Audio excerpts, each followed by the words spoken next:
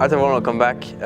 Today I'm with Michael Toma once again. What's up, Michael? Hey, how you doing? Very good. Good day today. I wanted to kind of have you talk and us kind of share our thoughts about trading and travel, how people can do it, why I think it's not that hard than what people think, but why you got to do it the smart way and kind of do things right if you want to get to be able to travel, be in different places and see the world and trade at the same time. Yeah. So what are your thoughts on this?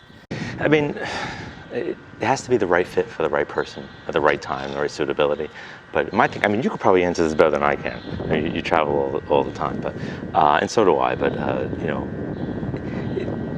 there's a fun rush to it, but there's a balance, and you have to remember that the focus element has to be in there. I mean, you tell me. You would probably know as well. Like, yeah. That challenge always exists, right? Yeah. So it's about working on what you got to work on when you got to work on it. Yeah. And I think the other thing is that people fail to execute right. They might know they need to do something, they read books, they hear us talk about backtesting, journaling, whatever, but they don't do it. Yeah, I mean, you said execution. What are your big four? Review, planning. Planning, review, execution. Yeah, I mean, to me, execution is the number one you have to hit on. And execution really is a action verb. I mean, you have to take action in execution, and to be able to execute with precision and be able to measure that actually is so important. And we all make mistakes, and that's part of it. But really, execution of what? You know, of your vision? No, it's execution of a plan. And if you have a documented plan that you can measure your compliance with that plan. Easier said than done, and it does take time to build that muscle. But I think that's so key on execution because we have a plan. Maybe we were educated by people who were successful. We know what we have to do. Now we just have to do it. And there is this sort of hesitancy when people pass those 3 steps, then they get to the execution, and they hit a roadblock. I think people should understand is the fact that whatever there is between them and their goals is a bunch of action. And if they take action, they do things right. That's usually how they get to their goals. There's nothing more to that. Yeah, isn't that true in anything you want to accomplish too? There's an action element to it. And that doesn't mean you have to do it all by yourself. Maybe there's a resource, maybe there's a teammate, or there's a lot of technology is a really cool teammate to help with execution. But at the end of the day, there's decisions that have to be made. Most of those should be pre-planned within your trading plan. But there is a button to push, an alert that has to be executed, or something. And it's a barrier for a lot of people. And we could talk about some of the ways to overcome that. What happens when people execute, but they don't get the result that they want to get? Meaning they kind of could say fail. I would look at that as a good problem. If they're actually executing and not hitting their goals, well, I don't have an execution problem, possibly. I have a plan following problem. So I look at that as a project management kind of challenge. Then we could look at flaws in your trading results, when you executed, when you didn't, how accurately did you do it according to plan. We can identify, and that's a risk management component, identification, assessment, and then control. We could identify those issues and really address them. Addressing, I did what I had to do but didn't execute.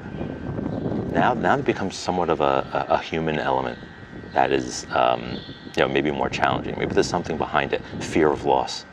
Is a big one. Now you're getting to the psychological elements of trading, which may require some unique and different training. But if they're executing and they're maybe not hitting the right entry, or they're jumping the gun, or they're setting their stops too tight, those are mechanical, tactical things I think are relatively easy with a good coach to master and overcome those. The key is to identify them, though. If you don't identify it, again, it's the first step of the risk management process. If you don't identify those issues, you can't tackle them. What are your tips for people that are traveling and trading and that want to execute better? Good question. I think, and this would be a different answer now than it would have been, say, 2-3 years ago, use automation as your friend. Utilize automation, because no matter how good you are as a trader, it's tough to execute a trade if you don't have Wi-Fi when you're 30,000 feet over Beijing, right? You've been there probably. Yeah. So it's automation has come. Have something where you have at least a backup plan or a partner, but use automation where you can get these trades automatically executed. To be honest with you, I think they're more beneficial because they take the human emotion out of the game. And I know you have a platform where you can get auto alerts and have them automatically executed. I have found that with myself and my coaching students that their performance actually improves over time because the human error elements get taken out. Now, are there trades that would have been like, what are they crazy for taking this trade? Well, maybe not. But in the long run, over a good series of executions, when you take the human element out, that was a big barrier for a lot of people. Now we have the technology to do it. So that's one I would definitely do. And the other two is just, again, we sound like a broken record on this, Etienne. Review your journal, review your plan. Is it in compliance with your plan?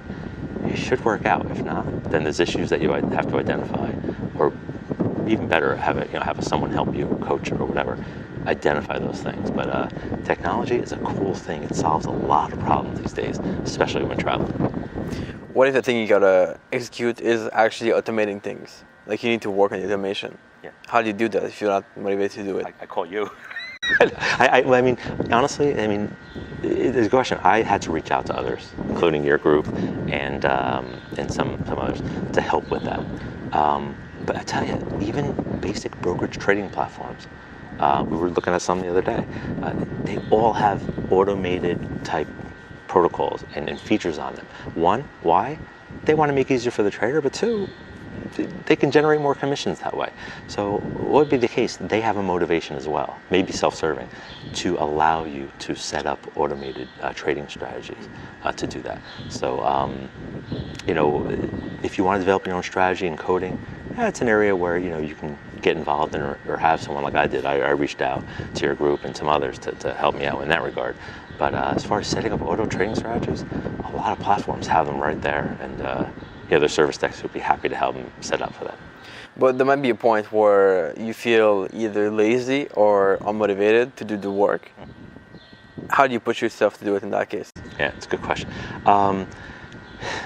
I've personally, I don't find myself too lazy to do it. I'm just a nut with this stuff. I love doing it. But sometimes my time is compromised because I have other things going on. So I look at it too as I think the first thing traders need to remember, and again, this may sound like a broken record, but treat it like a business. This is a business, and you can't leave the store for too long. You have to keep addressing it and minding the store, so to speak. How to put that in the forefront, I think ultimately, at least I've learned, and you could maybe I hear your thoughts on from the coaching aspect, is there comes a point where you're struggling with some traders who are just trying to get them motivated or not lazy. There's something behind that. It's not just I have other things to do. Maybe it's fear. Maybe it's something. You have to really dig into it. And I kind of put my behavioral, psychological hat on to try and identify what's behind that. Because the business of trading is relatively easy, but execution, all these things, so much can go wrong. You have to have that framework in place and have the ability to identify what needs to be corrected. Easier said than done, of course. What on your thoughts? What do you found from your students? Yeah, I found that people with the biggest reasons to do something tend to do it and tend to achieve their goals. And it comes down to the fact that if you don't feel motivated now to achieve something, or if you wake up in the morning you feel lazy and not want to do anything, then you don't have the right reason. Like I have reason to do things that I work on now, and those things make me want to do it all the time, and actually do it all the time actually.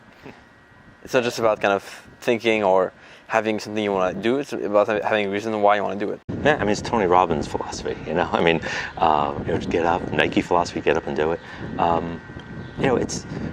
A lot of this comes down to passion, and you're not going to read that in trader books or anything like that. You're going to focus on strategies, but I'm looking for the passion when I'm trading, because all that can happen. But once they leave my coaching sessions, it's up to them.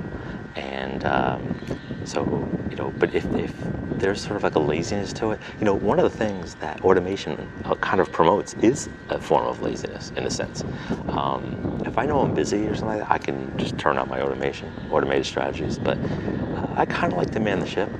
But I don't know, for me, it's never been laziness. It's been time constraints or traveling, things like that.